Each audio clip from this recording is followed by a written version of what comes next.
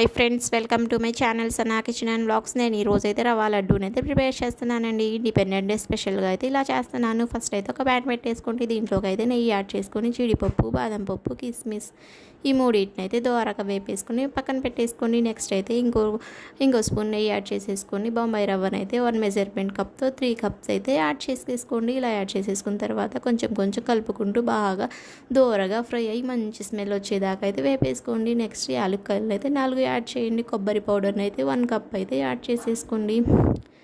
1 cup అయితే షుగర్ని అయితే యాడ్ చేయండి. 3 కప్ బొంబాయి రవ్వకి 1 కప్ షుగర్ అయితే పర్ఫెక్ట్గా అయితే ఉండిద్ది. జీడిపప్పు, బాదం పప్పు యాడ్ చేసుకొని స్టవ్ ఆపేసి అయితే చల్లారనివ్వండి. ఈ విధంగా చల్లారిపోయిన తర్వాత కాచి చల్లార్చిన పాలు తీసుకొని కొంచెం కొంచెంగా యాడ్ చేసుకుంటూ ఇలా లడ్డూని అయితే చుట్టేసుకోండి. మెత్తగా సూపర్ టేస్టీ లడ్డు అయితే రెడీ అయిపోయింది. నా వీడియోస్ నచ్చితే నా ఛానల్ సబ్స్క్రైబ్ చేసుకోండి. ఒక లైక్ అయితే ఇవ్వండి. Bye friends.